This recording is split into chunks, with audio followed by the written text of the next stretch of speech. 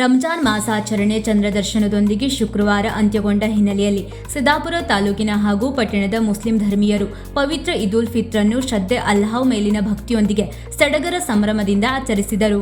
ಶನಿವಾರ ಬೆಳಗ್ಗೆ 8:30ಕ್ಕೆ ಪಟ್ಟಣದ ಬಜ್ರಿಯಾ ಜಾಮಿಯಾ ಮಸೀದಿಯಿಂದ ಮೆರವಣಿಗೆ ಮೂಲಕ ಹೊರಟ ಮುಸ್ಲಿಂ ಧರ್ಮೀಯರು ಹಾಳ್ಕಟ್ಟಾದ ಈದ್ಗಾ ಮೈದಾನದಲ್ಲಿ ಸೇರಿ ಹಬ್ಬದ ವಿಶೇಷ ಸಾಮೂಹಿಕ ಪ್ರಾರ್ಥನೆಯನ್ನು ಸಲ್ಲಿಸಿದರು. ಪ್ರಧಾನ ಧರ್ಮಗುರುಗಳಾದ ಮೌಲಾನಾ ಮಹಮೂದ್ ರಜ್ ಮಾತನಾಡಿ, ಪ್ರತಿಯೊಬ್ಬರ ಬಹಿರಂಗ ಶುದ್ಧಿ ಜೊತೆಗೆ ಆತ್ಮಶುದ್ಧಿ ಪ್ರಮುಖವಾಗಿದೆ. ಅಲ್ಲಾಹನ ಸ್ಮರಣೆ ಜೊತೆಗೆ ಪ್ರವಾದಿ ಮುಹಮ್ಮದ್ ಅವರ ಸಂದೇಶಗಳನ್ನು ನಮ್ಮ ಜೀವನದಲ್ಲಿ ಅಳವಡಿಸಿಕೊಂಡು ಸಜ್ಜನರಾಗೋಣ ಎಂಬ ವಿಶೇಷ ಸಂದೇಶವನ್ನು ಸಾರಿದರು.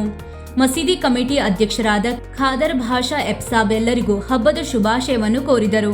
ಇಸ್ತಿಖಾಫ್ನಲ್ಲಿ ಭಾಗವಹಿಸಿದ ಎಲ್ಲರನ್ನೂ ಶಾಲು ಹೊದಿಸಿ ಸನ್ಮಾನಿಸಲಾಯಿತು. ಕಮಿಟಿ ಉಪಾಧ್ಯಕ್ಷರಾದ ರಿಯಾಜ್ ಹೊಸೂರ್ ಮಸೀದಿ ಅಭಿವೃದ್ಧಿ ಕುರಿತು ಮಾತನಾಡಿದರು.